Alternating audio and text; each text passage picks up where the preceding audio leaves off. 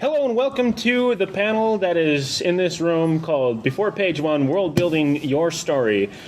Hopefully you are here to, we're going to discuss world building. But not until I've had my water. Apparently. So, because he came in last, we're going to go ahead and start with you as far as introductions. All right. First time speaking with a microphone in this convention. My name is Tania Richter. I'm an author-illustrator out of Minneapolis, and my first book should be coming out in late fall, early winter next year. My name is Adam Stemple. I am a... Are you taking that away from me? Bringing it closer. It's probably safe. Usually they hear me speak before they take the microphone away. My name is Adam Stemple. I'm an author, a musician, a poker player, and a web designer, roughly in that order these days. New book is out, and I'm on a panel. And we built a world for it, so... And that's the hostage prince, if you couldn't see it. Yeah, if you couldn't see it. Yeah. We did the...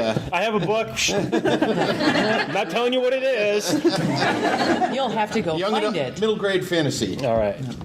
I'm Dana Baird, and I'm also a local author, young adult fantasy, and it was also set in a secondary world that I had to build with my own two little hands. I'm Fes, and I am a web cartoonist or a sequential artist, as well as a writer. But my main thing that I've been basically doing for over the past 5 years is podcasting. So talking about webcomics and getting on panels and talking about things with topics and other people and interviewing people. So a lot of my information is first and second hand, and sometimes third hand. What would third hand be? Like if somebody else heard and then they told me. Oh. It's called hearsay. It is inadmissible. I'm Marty. I'm also local. I've been a writer, probably like most people in this room, since I could pick up a pencil. My very first story was about how my neighborhood lady was too fat to get through her door. So I've hopefully raised the bar a little bit on my writing ability since then. I love fantasy, and I especially love taking human history from our real world and mixing it into a fantasy world in ways that amuse me. Hi, I'm Lou Anders. I am the editorial director of Pirate Books. We are a almost 10 years old science fiction, fantasy, and now young adult publisher. We've published about 200 titles in those 10 years. Very fortunate to have shown up on award ballots about 75 times now, which is an incredible batting average. I am very, very lucky, and I will brag about it at every single panel I'm on, to have just been nominated for my 18th and 19th award. Won the Hugo once and the Chesley Award for Best Art Director once. But I publish a lot of worlds.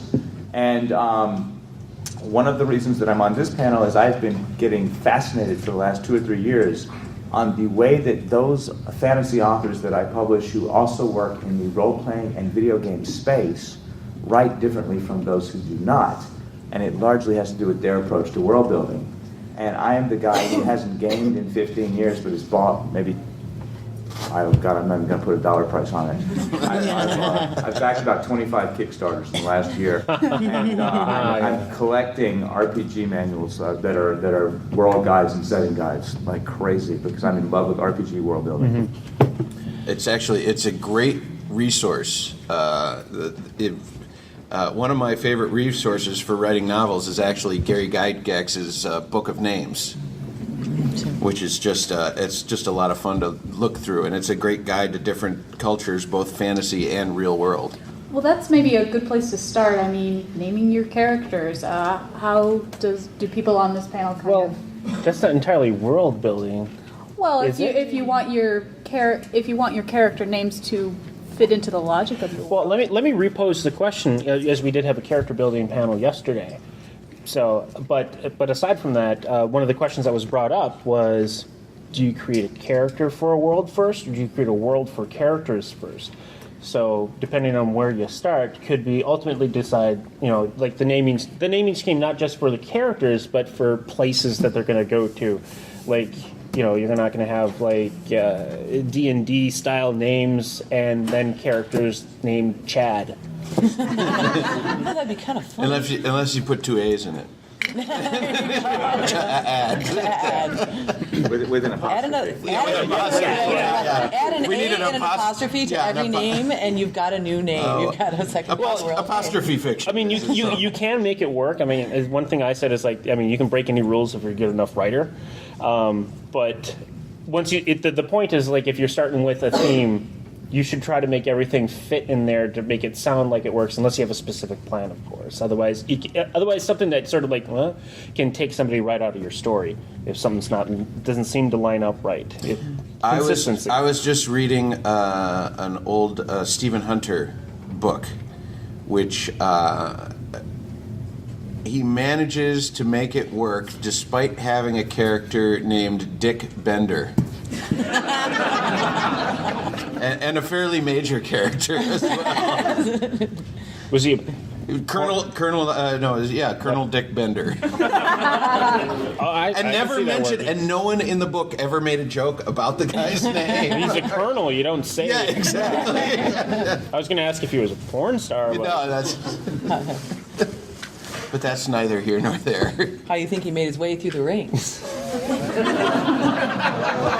All right, so we got who had 6 minutes before it went totally off the rails. Well, one thing I did want to start with, or at least get in here, is and we were talking a little bit before the panel, is world rules. Essentially looking at consistency of what you set for the world. An example that I have, I work in webcomics, and we love to do crossovers with other people. And then if we're really nerdy about it, but we don't have magic in our world. How would we explain how this character is using their magic in this world? And so crossovers are especially fun when trying to figure out how you explain it. What type of pseudoscience can you make up? Or mine is like they have internal magical energy, and they also grab energy from the world around them. But if she goes into a world where there's not magical energy like that, she only has what she has, and when she depletes her battery, basically that's it. So it was really fun and nerdy, but I felt it was really important to make sure that you keep the continuity and you don't break somebody else's world from a crossover. But crossovers is a completely different conversation. But it stays the same throughout every genre. If you're working in or whether it's crossovers or your own world or someone else's world, the conceit is always that you must have rules and you must adhere to them religiously, or it all falls apart. If you're working in the real world, you can fudge some stuff because you don't have to explain everything. Everyone lives in this same consensus reality that we live in, and we all have a vague idea of kind of how it works.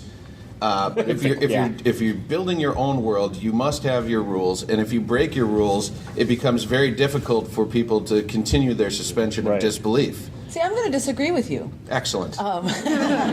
Because I think that, yes, you do need a set of rules that you need to adhere to, because you are absolutely right. The suspension of disbelief, if you've set up one thing and then something goes from the left field.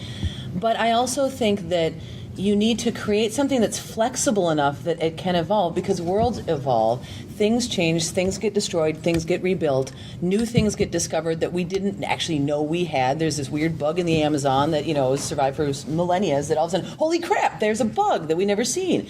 And I always thought, like, Buffy the Vampire Slayer did a good job with this, where, she could just keep upping the stakes, or the Whedon's team. I see what you did. bucket of fish. Blonde with no coffee.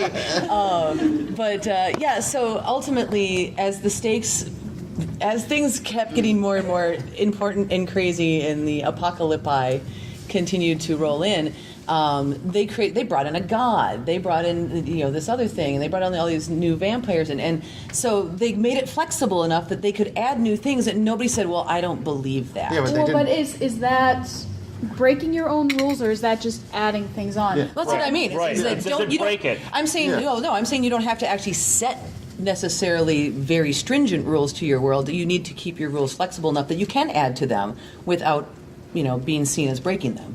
Yeah, that's an important thing. I want to pull back because we're spilling past page 1 now, and there are two things that... Are you writing page 1 before you set the sort of rules? Exactly, and there's okay. there's two things that have popped up in this that I think the first thing you have to know is what kind of story you're telling.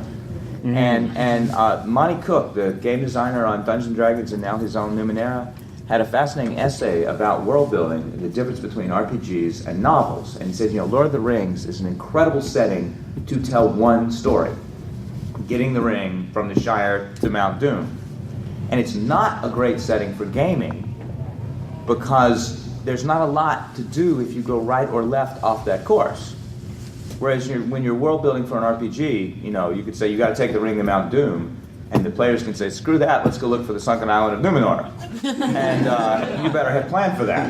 You need to design 360 degrees, or at least have enough going you can stay one step ahead of them and fake it. And there was a stink a few years ago where a writer named M. John Harrison, who is a very important writer in the 70s for both science fiction and fantasy, he wrote a landmark fantasy work called Viraconium, and he wrote the first cynical space opera, basically, the Centauri device, which is the precursor of the whole wave of new British space opera. People like Ian Banks, the sadly late Ian Banks, wouldn't exist without M. John Harrison, I think, but or wouldn't have had a market without M. John Harrison.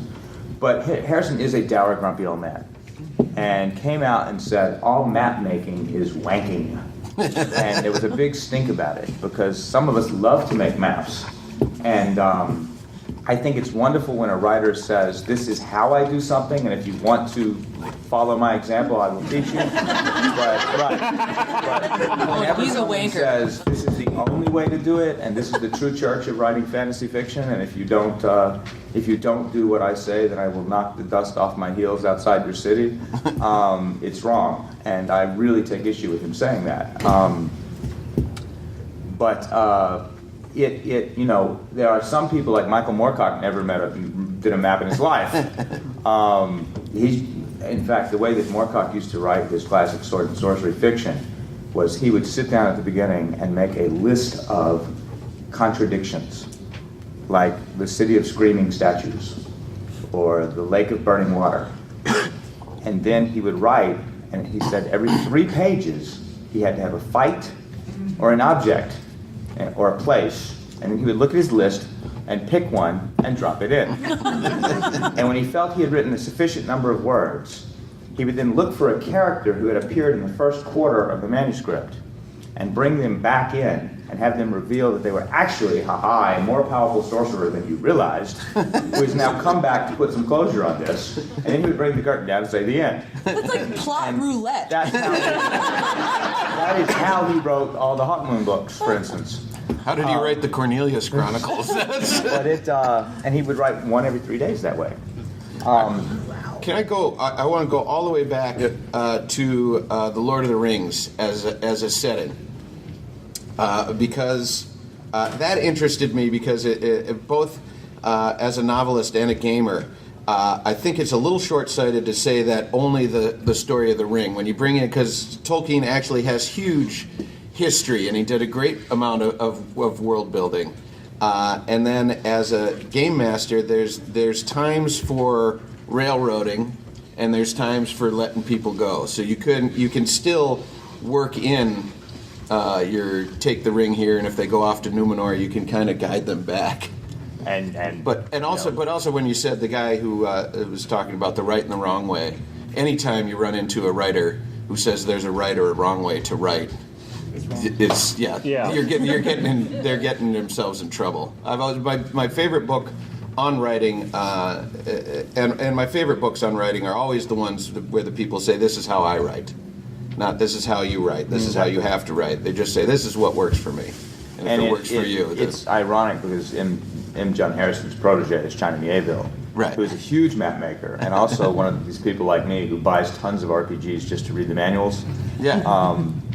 So even his own literary child disagrees with him on that. Yeah, the other thing I like about writing is that you can always go back and pretend that you meant to do it that way the first time. Because one of my favorite ways of world building is to write a few chapters, and then if it's interesting, I'll go back and then create the world.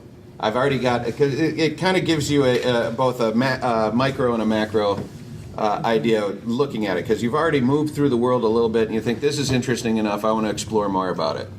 So I actually wrote a few chapters. The latest book that I just submitted wrote a few chapters, then I went back and then I wrote the creation myth for the world, which gave me more races and a plot, which was very handy at that time. And then I got a little further, and I needed to know even more, so that I went back and wrote an 1800-year history of the world. Yep. And and you kind of keep going. And whenever you get to a point, and whenever I get to, I never write a whole world, but whenever I get to a point in the book where I need to know more, I go back and fill everything in, and then generally go back and do a little rewriting. Well, I think Tolkien is a great example of a world builder in that he created, tons of research. He created an entirely new language, but in the story itself, you only see like a slight sliver of that. And yeah, he did some fill in later, and oh yeah, I totally meant to do that. But I think a good rule of thumb for world building is that you should build this as complete a world as possible, either before you start writing or while you're writing the structure of your story, but don't include all of it. You don't have to explain everything. There's a Hemingway quote that I believe I mention on every panel on writing I've ever been on, and it applies directly to this, which is that he said, the beauty in the movement of an iceberg lies in the fact that 90% of it is under the surface. And that should be your guide for world building and character building as well. Know everything about your characters and about your world, and then just reveal the top 10%, because it will inform your writing.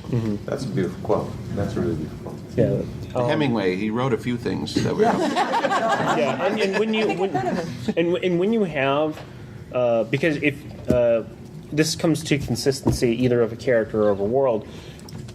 You may have things that have happened. You may have like that 90% that's behind the curtain, which makes it a little bit more flexible if your muse comes over and says, "No, this would be perfect." And I've had that happen to me before, and I've talked about it in another panel, where something was coming up, and essentially what happened would be there was an event that was going to happen, and it would be so perfect. If one way happened, even though I had not wanted that to happen, I didn't plan for that to happen, and it would basically derail what I had intended. But you looked at the whole situation of the backstory of the character, and just so worked. So there it goes. It had to go in because the muse was going to beat me up if I didn't use it. I have a little story for that called "Yes, the Carpenter was Jesus."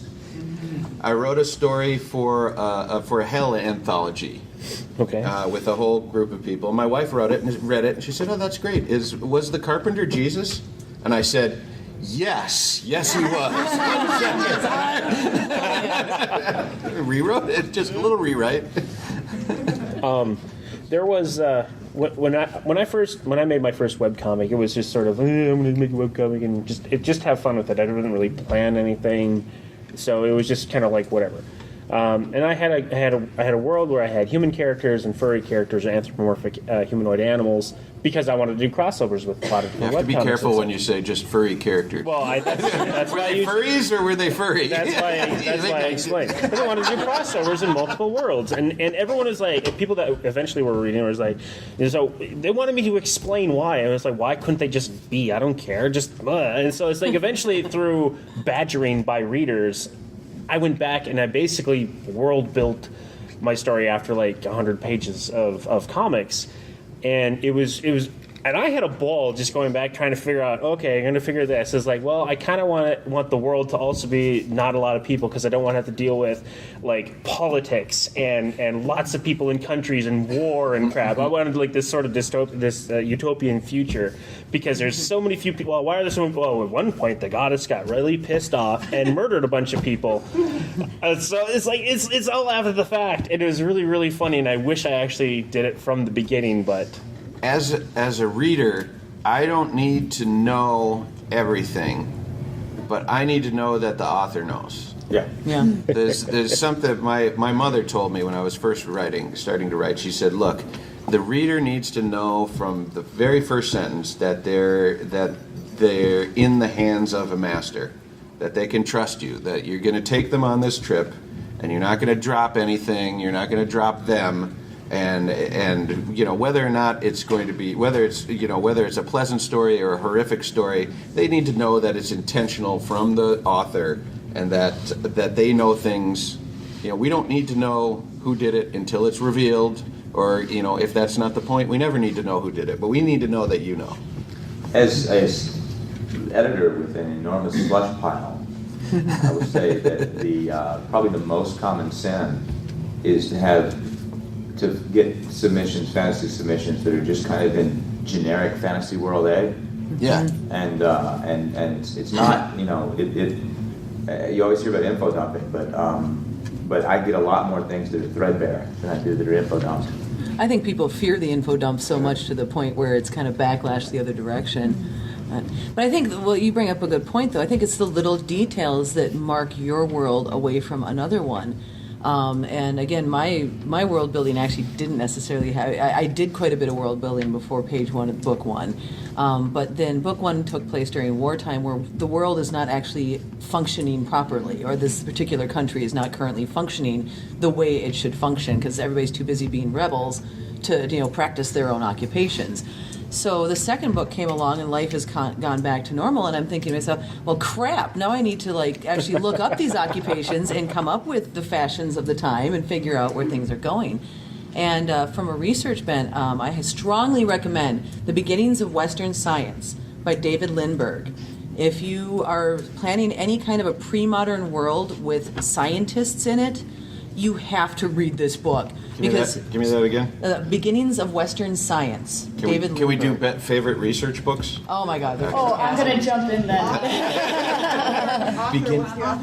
David Lindbergh, and what I was going to real quick, I'll wrap up my point on was that I discovered all these wonderful details about how scientists in a pre-modern world operated, which then was able to inform my astronomers that I had in this book, and it made me so happy that I was like, I can tell these little tiny details about how they operate and what they did that made this world a little bit clearer, a little more in focus, and a little less threadbare, which was kind of cool. My favorite research, and I mean, you can probably tell that I really like costumes. So even though writing is obviously not a visual art aside from reading on the page, I still put a lot of time into thinking about the clothing of my characters. I'm going to go back to Tolkien again, or more specifically to Peter Jackson. They were able to create the costumes just by reading into what Tolkien had written for the history and also kind of the culture of the peoples. They dressed the elves in high middle age. I'm sorry. They dressed the elves in high middle age costumes because that was seen as more elegant. It was a little more earthy. It was just as culture was kind of starting to come into its own in Europe. And all of that they read from Tolkien's text, just the history he had given of the culture. So I love world building by inserting tiny little details about the clothing that they're wearing and what does that say about their everyday life, and what kind of colors do they like? Is it a muted culture? Is it a vibrant, alive culture? You're not going to have a culture that's kind of, neutral or down in the dumps. It's wearing bright red and green and turquoise. That doesn't really make sense. So just inserting tiny little details about astronomy or costuming can really set your world apart. I have a little detail one. Food in England, which is just a great book. And once you read some of that, your characters will no longer ever be sitting in a tavern with a turkey leg and a mug of ale. How many people pay attention to the food in either Game of Thrones or the Redwall series? And doesn't that really give you a sense of the world, like how important bread and salt is in Game of Thrones? Just that little detail is enough to really give you a sense of the world. So food, science, I was thinking about the colors. My mother lives in Scotland. We go over there a lot. And over there, you will see occasionally, whenever you go into these old houses or old halls, sometimes they're very drab and ruiny and gray, and then they'll uncover some piece of the original wall coverings. It's just bright colors and gaudy. And a couple of things. We went to one castle over there, which a guy he's made himself the earl or the laird of this area, because he owns the castle, so legally he is the laird. And he's also a licensed heraldic carver. So he's redone the entire castle as it would have been in the 15th century or so. It's brilliant. But my point was, they had the coverings you uncover, and then I grew up in Massachusetts, and if you go into an old home there, it's all dreary and drab, and then if they uncover anything, it was the Puritans, so it's still dreary. Nothing changes. We had a question. Yes. It wasn't a question. It was when I first started reading Harry Potter, and I noticed, because you were talking about the food, that when Harry is living under the stairs, he gets the equivalency of gruel, and he has to steal it. And I think that really speaks to what Harry's character is at that point. But once Harry gets to school, there's the table's grown with food, and he's never seen this much food in his entire life. And I think that there's a moment in time where he's shocked and he can't react the way everybody else around him is reacting to all of this magnificent food. Well, and kind of calling back to your flexibility, that's an interesting example, because if you pay attention to the food throughout the Harry Potter series, even when he's back living with the Muggles, he starts stealing and mentioning other different types of foods. Like his variety of food at home expands as he grows more confident and powerful in himself. So she uses food as an example of character development. Yeah. Tied in with that, and also back on favorite research books, Mary Robinette Kowal, wonderful author of the magical Regency romance novels for Tor, recommends highly a book called Guns, Germs, and Steel by Gary Diamond. Oh, God, yes. Which is a marvelous book about how the resources... Say it again. Guns, Germs, and Steel Steel. by Jared Diamond. Also and a PBS there's special. on Netflix, there's a 3-part Cliff Notes of it, basically, which is a History Channel or Discovery Channel special that is sort of the back of the book. But it's not that detailed, but it's still interesting. But it's it's a lot about how the resources available in a region determine the culture that region can support and the constraints on that culture. And it's absolutely fascinating. If you don't have large domesticable animals you can eat, then you cannot develop certain types of cultures, and the cultures that do will tear you up. And it's really fascinating. Anyone who wants to world build a fantasy setting should read the book. Also, another resource, not a book, but an absolutely valuable resource, which also comes from the wonderful Mary. Anne speaks to the very first point about whether or not naming is world building. I think naming is essential to world building. And there's a program called the Ever-Changing Book of Names. And it was created by a gamer in, I think, Sweden, who hated all these stupid names in fantasy games. And so it's a name generation program, but it's not like any other name generation program you've ever seen. He converts the vowels and consonants into a binary code, which he pushes through an algorithm, and he spits out names that sound like they come from the same culture. So if you want a faux Italian culture, but you don't want people named Michelangelo and Leonardo and the 5 or 6 other Italian names you can think of, you type in 50 Italian names, and it spins out hundreds of faux Italian names that sound like they come from a kind of Italian culture, but aren't Italian. That's cool. Where is this resource again? It's shareware online called the Ever-Changing Book of Names. It is only for Windows, so I run boot camp on my Mac for this program. But one of the remarkable things that it does is that you can type in, let's say your faux Italian country was conquered by a faux Aztec country, and you want to know what the culture sounds like 100 years on. So you type in 50 Aztec names and 50 Italian names, and you'll get Italian Aztecese. Oh my God. That would just be fun to play with for a day. Oh, it's amazing. I am working on something myself, which is with my agent right now, and I typed in every single village in Scotland and Ireland, because I wanted a post-Celtic culture that was neither Scottish nor Irish. I got a hint for you, though. Having traveled through Scotland a lot, the pronunciation and the spelling seem to have very little to do with it. That's why I base all my stuff on Italian. Phonetic. Sorry. But just remarkable program and really invaluable and the results are really fun. And someone said, well, if you're just letting the computer do it for you, then it's not really creative. And I always flash on Chekhov's girlfriend and that, you know.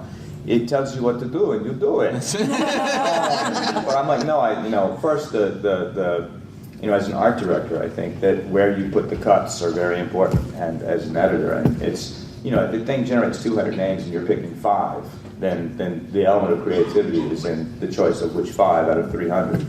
I'm sure everyone has had that moment where they're looking through a list of names and they're like, ooh. But I find that it creates the happy accident where years ago I used to work in another life. I used to cover Star Trek, and I spent a lot of time in the sets and offices and talking with the prop guys. And it was right when CGI was beginning to replace model work.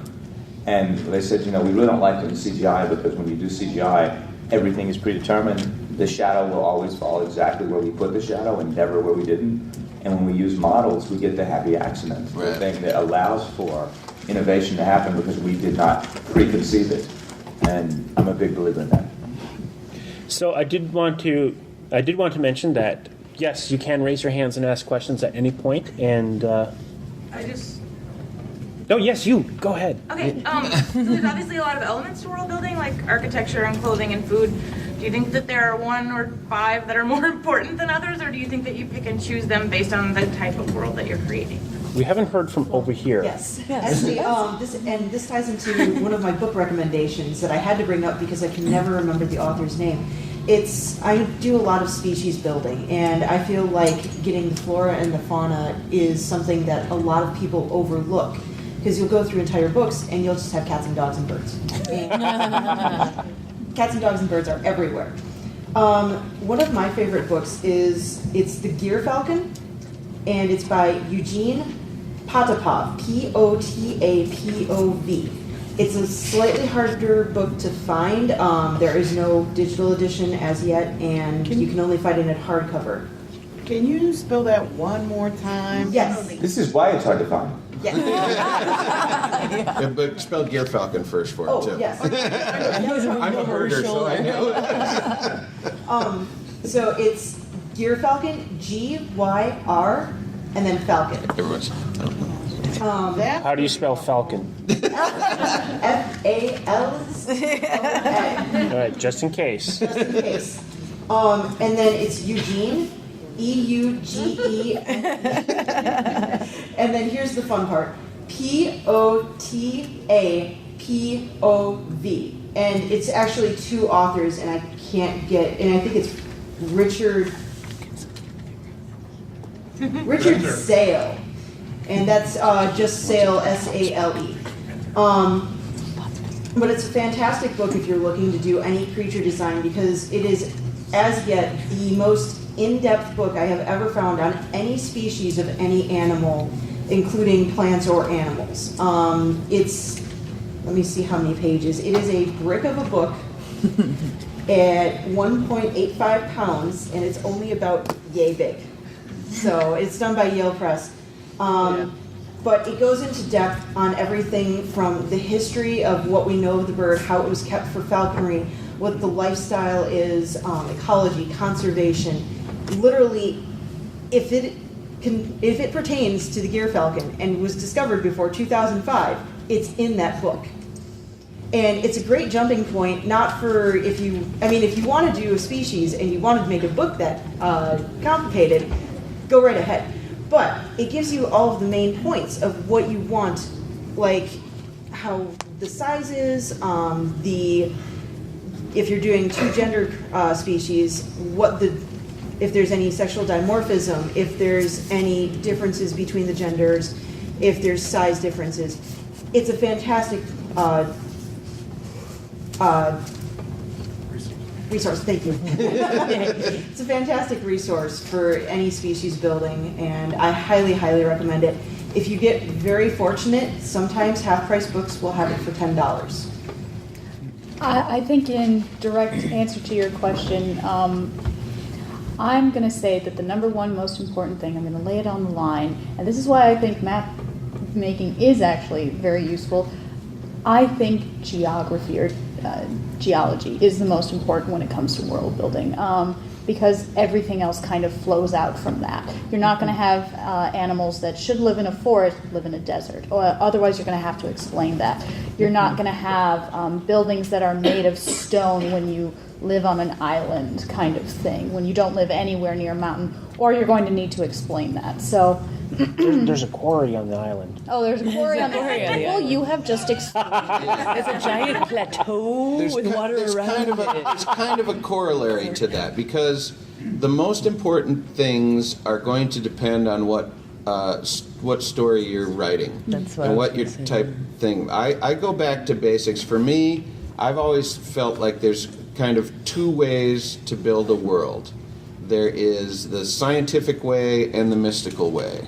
And if you're writing a science fiction story, obviously you're going to want to be much more rote on the science. Like I mentioned earlier, when I do fantasy world building, I often start with a creation myth, because I am not a scientist. I like to do a lot of research into geology and try and make it work. But my concern is to make the creation myth and to make the old tales and the old fables and kind of build it up that way in more of a historical and story type way, and make it all fit together that way. And then I'll fit in the architecture and the dress and the geography and the flora and the fauna as it goes. But that's where I start. But if I'm doing, if you're doing, I also science fiction stuff, then you have to be much more careful about the physics of the planet and You do have to be more consistent. Well, and it's interesting because, I think just to help illustrate Adam's point, actually, I come from a history or from a background of anthropology and costuming and visual arts. So my books are a lot more based, or my world really developed. The geography, actually, I did develop first. I totally agree with you that I think you have to know where things are. And then, I think about what the people wear. I looked at the culture and the reasons for how they became the way they became based on events. And I focused very much on, when this king was overthrown, this is what happened to the people and why they're doing this.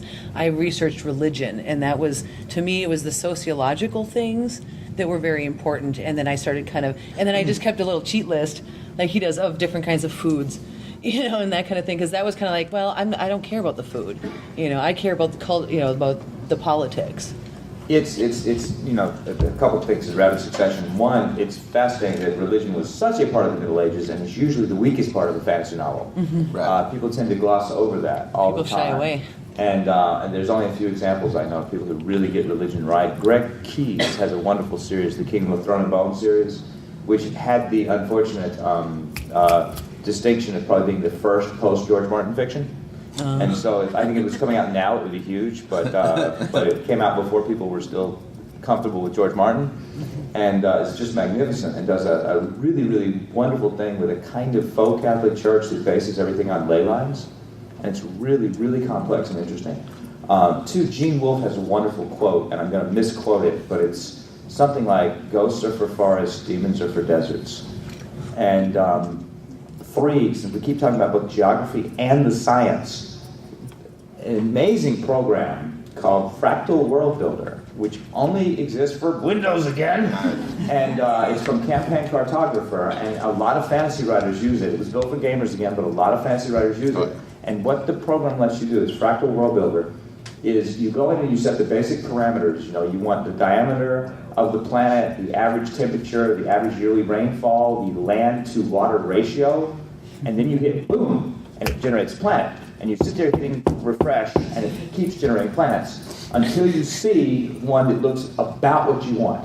Then it gives you about 60 to 100 paint tools. Nice. And you can go in and you can either hover over specific areas, or you can make global changes. So you can take your brush and say, this is the brush to elevate land masses, and you can just go over the ocean and start creating islands under your thumb.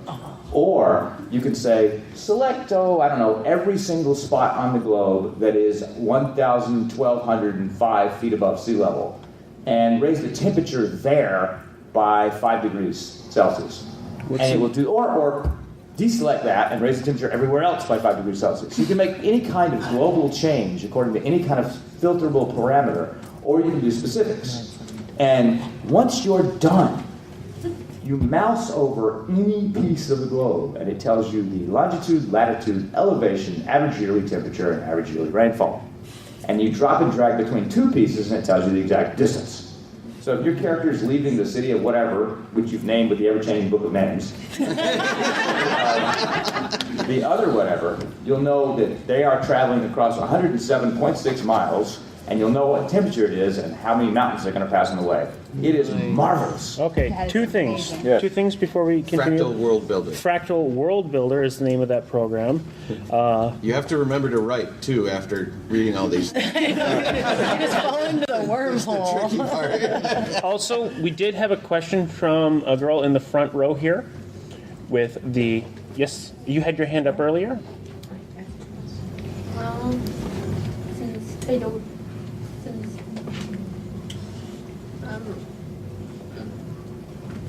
well, I'm not, I don't really create an entire planet different from the source. I have created a country, though, so. No, it was just, if I, do I, Can we come back? Was it the... it sounded like you were asking about not so much world building, but getting a little bit narrower to country building. Is that what you were asking about? Yeah, is it, so is creating the country considered world building or no? Oh, definitely. Yes. Absolutely. You can have a lot of fun with When we say world building, we just mean the setting for your story. Whether it's some people, if it's a story about a guy in a cell, then the world building would be creating that cell and creating it with realistic dimensions or however you want. Yeah. I believe that Robert Jordan's Wheel of Time series, if I remember correctly, spanned the 13 books spanned the area of about 2 states in the U.S. And he has, I remember Sanderson said that when he imported all of Jordan's notes into Microsoft Word, it was over 90,000 pages of world building and he crashed Word. The amount you have to enjoy research to write. My daughter was just doing a piece for History Day on Sophia Smith, and we got into the Curlin collection to look at my mother's research she had done for a picture book called Tea with the Black Dragon about Sophia Smith. Now, this is a picture book. It was maybe 200 words, and it was a file this thick of research of newspaper clippings and biographical information on Sophia Smith. Another, real quick if I can, another resource, very practical resource. Brandon's file wouldn't have crashed had he not imported it into Word, had he imported it into Scrivener. I knew it! Scrivener is a fantastic program for novel writing, created by a guy who hated all the programs for novel writing. It is not a boost your creativity program. It's not one of those things. It is basically a program that lets you organize your writing in a manageable way. So every piece, every section of the book is its own movable, scalable card that you can swap in and out. It's marvelous. I use it for everything. I use it to do our catalog so that if a January book becomes a March book, I don't have to open a single Microsoft Word document and try and cut and paste. I can just drag index cards. It's called Scrivener. It's from a company called Literature and Latte. It is for Mac and Windows, thank the gods. And you can like scrapbook pictures in that too, right? You can import pictures, you can input sound, you have huge resource files. When I write, I know people who cast their books. They'll grab actors and photos of people that look like the characters, and they'll keep that person's face up so they can hear their voice in their head when they're writing that character. And it's about $50. $40. I think he raised it recently to 45. But it's got a 30 days trial, and it's not 30 consecutive days. It's 30 days of use. So you can use it once a week for 30 weeks before you have to pay for it. Although I guarantee 2 hours into it, you'll go, this is brilliant, and you'll be paying him because it's cheap, it's essential, and it's a remarkable program. Another thing about Scrivener is they partner up with something called NaNoWriMo, which is National Novel Writing Month. I hear many nanoers out there. Who's all done?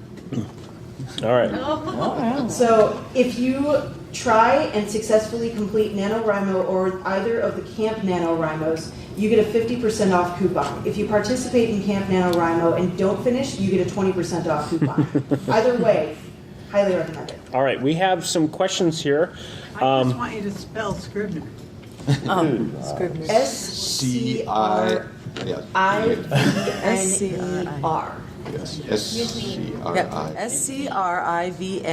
Yep. All right. Keep Novelists We're asking, can't yeah, spell. you're asking writers to spell. That's terrible. We can't spell. That's what copy editors are for. All right, we got. Editors, I should point out. Yes. Not editor. We have 15 minutes left, so we're going to jump to the questions here. You had your hand up first, I believe. Keep your hands up. About the like building for nations, I write for RPGs for like gaming at home, and I generally don't build a whole world. But for more of my successful games, I chose an ocean and made islands, and just looked at the map for a while and said, "This is what's here, this is what's there," and just populated it. But my question is, if you're only focusing on a certain region, where do you find the edges, and where do you stop? Like, where do you figure out when to stop worrying about what's beyond that hill? I think it depends on the world. I think that if you're doing like I do a pre-modern world, I need to extend my map boundaries out far enough for their ships to trade with other countries. And so I need to at least have a rough skeleton, and I will eventually deal with those other countries as the series goes on, but I needed to have a rough skeleton of who are these people trading with, and what are the immigration patterns. So I think you do need to, if you're doing something that's set in this day and age, I think you need to know pretty much everything that's global, because global affects This us is, here. Oh, I'm sorry. Go ahead. This is just me, but I stop world building when it starts interfering with my writing. So when I am so busy world building that I'm not actually getting to the writing, that's when I go, all right, I need to put this down and actually get to the writing. So long as the world building isn't negatively impacting my writing, like I can do both simultaneously, then go nuts. Draw your boundaries out as far as you want. Again, don't include all of it, the iceberg analogy, but so long as it doesn't interfere, I don't see what the harm is, and I can already tell that Fractal World Builder is going to interfere with my writing. You got to write a chapter, just one more map. I like to put a time limit for that reason. Say, okay, I will world build for 3 months, and then on the first of the next month, I have to start outlining, and the world building has stopped at that point. And so, working toward that deadline, I find really helps to say this is all the world building, and then when we hit the deadline, it has to turn into outlining, and then the outline has a deadline, and when we hit that deadline, it has to turn into writing.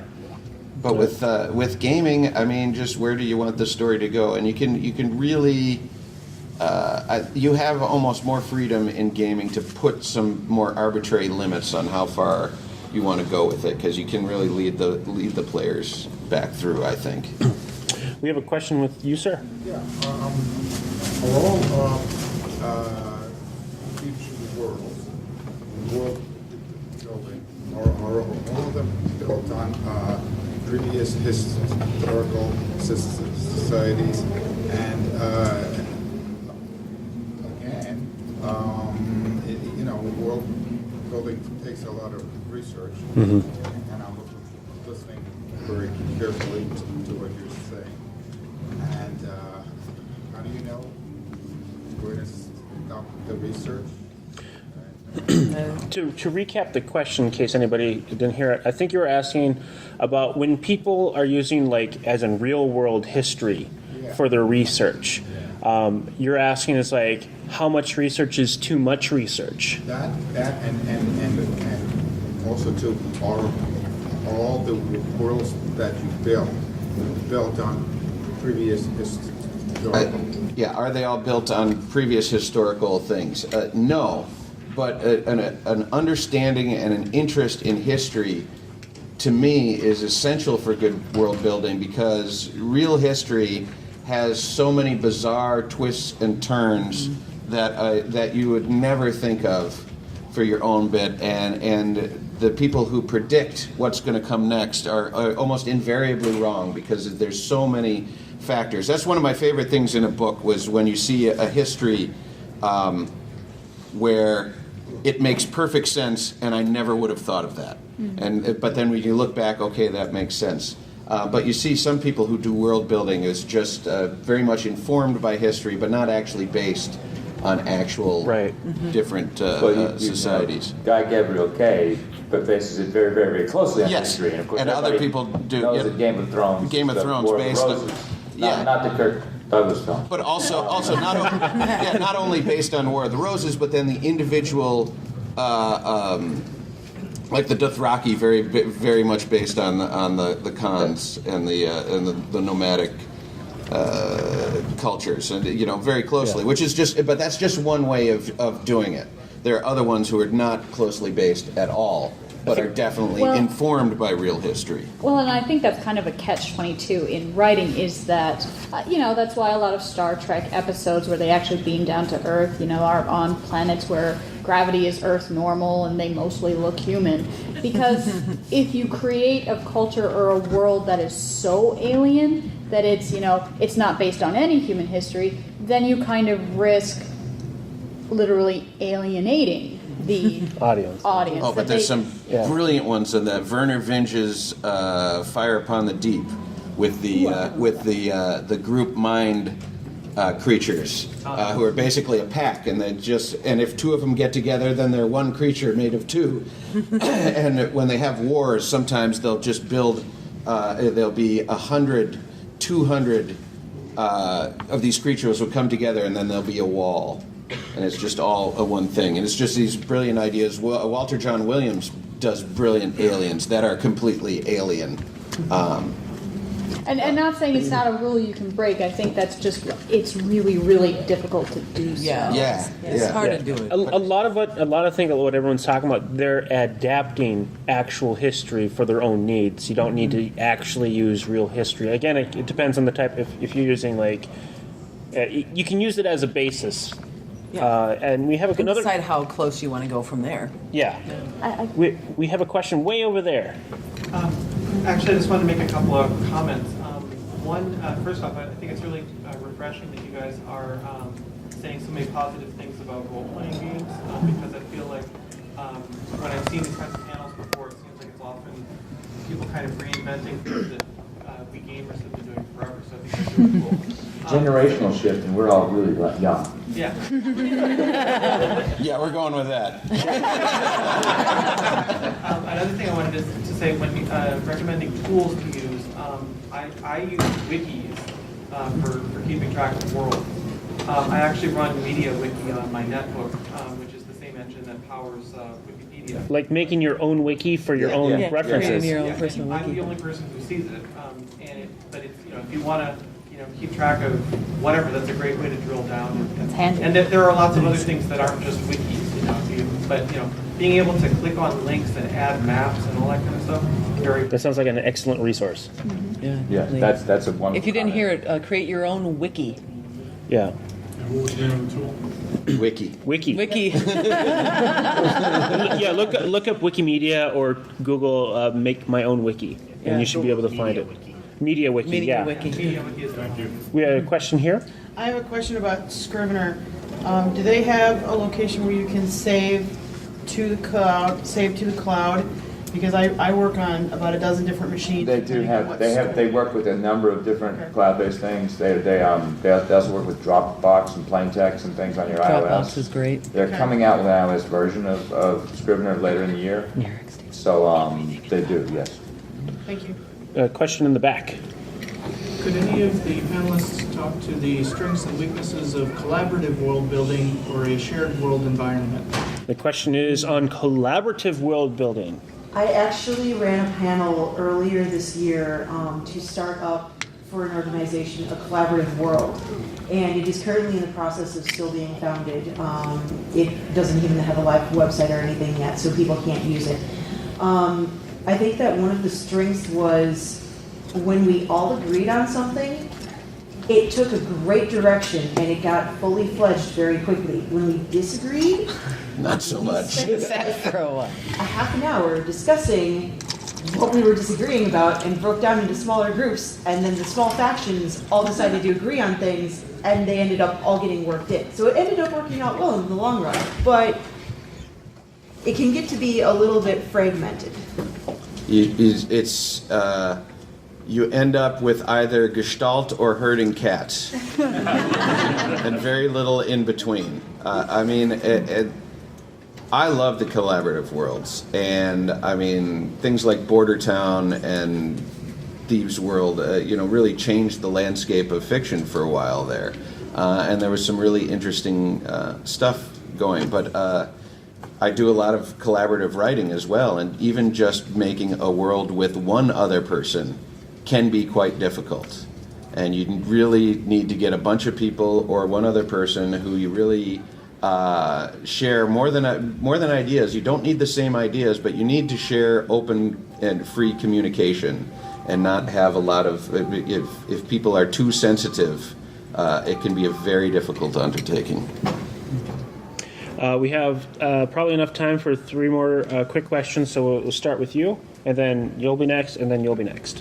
I'm just curious how any of the panelists see the relationship between character development and world building. Essentially, do you have these characters and build a world for them, or do you build a world and then these are the characters that come out? Yes. Well, we kind of talked about that at the beginning of the panel a little bit, whether or not you're building a world for characters or you're building characters for a world. And honestly, that just comes down to, I guess, your own style. If you have a great idea for a character and you want to build something for that character to play in, or vice versa, there shouldn't be any right or wrong way for it. It's really which it's the chicken and the egg. Whichever idea you had first. If I have a great idea for a world, and then you find a character to go into it, or I have a great idea for a character, I have the newest world I wrote started from a character, which was a half-breed character with the runes for half-breed tattooed on his knuckles. There's also I'm sorry. No, that's all right. I think there's a point when any creative process that's heading in the right direction when it reaches a specific mass, when it begins to build itself. And I used to cover Babylon 5, and I talked with Joe Straczynski about this and all the synchronicities that cropped up when he wrote Babylon 5. And I said, "What do you think it is?" And he said, "It's the universe letting me know I'm on the right track with this one. And if I don't start seeing the synchronicities, then this is not meant to be, and I write something else." All right. Quick question. You mentioned about setting yourself a deadline for how much time you spend world building. If you had, say, a portal to many different worlds, and you had to world build all of those, how would you handle that differently if you were doing it at the same time? I would keep hitting refresh. He's got it made. Yeah. Refresh, save. There's world. Well, how many worlds times 3? So you'll be writing your worlds for about 2 years, maybe. Actually, I have a book for you to read, which handles that very well, and it's almost meta because the characters in the book are building alternate universes. And it's called Implied Spaces. Yes. And it's by Walter John Williams. And for my money, no one handles the big questions in hard science fiction better than Walter John Williams. And it's just it's a brilliant book. And it's about how when you're building worlds, like by hitting refresh, and you have this idea, what goes on, because if you've got forest here and farmlands here, then you've kind of implied a waterway here, and then the program kind of builds that in the backspace, and then one of the characters goes and always explores the implied spaces and what peoples have been created there in these alternate universes. And you could I use this actually for the plot thing too. Is I love me some color and some spreadsheets and Post-it notes, colored Post-its for each dimension. And then or color, or use colors in a spreadsheet, and then for each dimension, if whatever you discover in your research applies to that dimension, highlight it or Post-it note it in a color for that dimension. I also and have then you'll be able to tell an answer for keep that them really separate. specifically that just came to me, because when we're talking about character building and world building can be very similar. And they always talk about cardboard characters and not using them. Well, it's okay to use occasional cardboard characters. If a waiter is bringing over a sandwich and then is never seen again, you don't need a fully developed character. So if you're building a bunch of worlds, which are your main characters, which are your secondary characters, and which worlds are your waiters and your taxi drivers? or just, you know, so you don't, it's all a matter of, you need to fully develop the ones you're going to use, and the other ones can get a little shorter shrift. If they're just going to be a line, you probably don't need a full development. We're pretty much out of time, but I did promise one more question. Yeah, I was just wondering, with the Fractal World Builder, I really suck at drawing, but I like to have a visual in front of me. So is there any way that you can zoom in? And Absolutely. You can highlight a section. You can save the parameters. So you can say my novel. This particular novel takes place right here, and save that as a view. You can toggle in and out of, and you can port the thing into 19 different map layouts and Google Maps. So I have found that porting it into Google Maps and leaving the yellow outlines of our own countries on. So much for getting in shape this year. I can see, like, does my faux Finnish culture fall near the latitude and longitude of Finland? Cool. Because I'll leave the outline of Finland on and compare it to where I've put my Finland. It's gorgeous. Awesome. Interesting. And you don't suck at drawing. All right. All art. It's a style. No, art at a high level. Listen very carefully. Art at a high level contains three things at a high level, and it's composition, concept, and technique. If you are a creative person and you've been writing and doing well, then you've already been doing composition and concept at a high level, and all you need to learn now is the technique. It's very important. I used to think I sucked at drawing. Fractal World Builder, excellent. But it's a matter of learning technique. If the concept and composition are the hard parts to teach, and if you're an artistic person, you probably can do a fairly lateral move to then learning technique, which is also tough, but it's the easiest to teach. All right, we are over time, but thanks for everyone who came here. Enjoy the rest of the con. Go play with things. Say, go play with things.